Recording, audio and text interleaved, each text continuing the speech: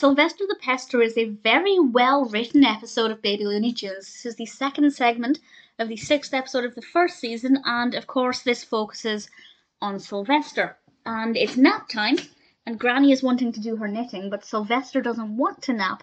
He wants to spend time with Granny, which in itself is, of course, very sweet, but Sylvester keeps pestering her and won't leave her alone and demands her attention.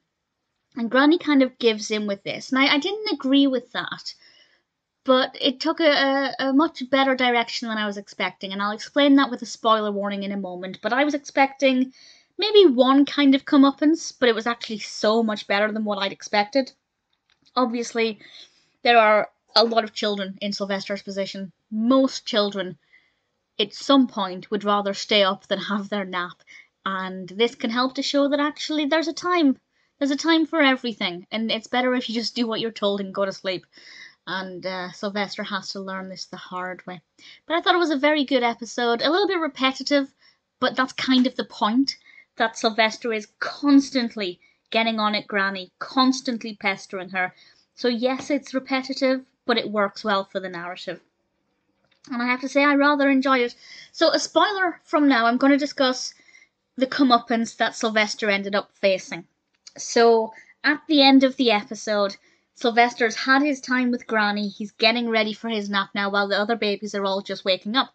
And Taz wants to play with Kitty, as he calls him, which is so cute.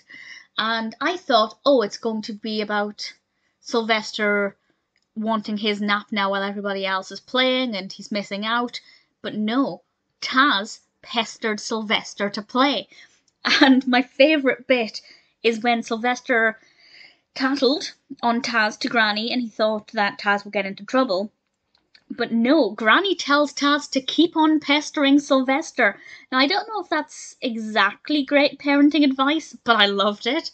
And Sylvester learned that that's exactly what he was doing to Granny. So I had a lot of fun with this, but it's also a brilliant narrative with a very well written narrative and a really important message as well. If it's time for a nap, take it. Because as you get older, you wish so much that you could have all of those daytime naps.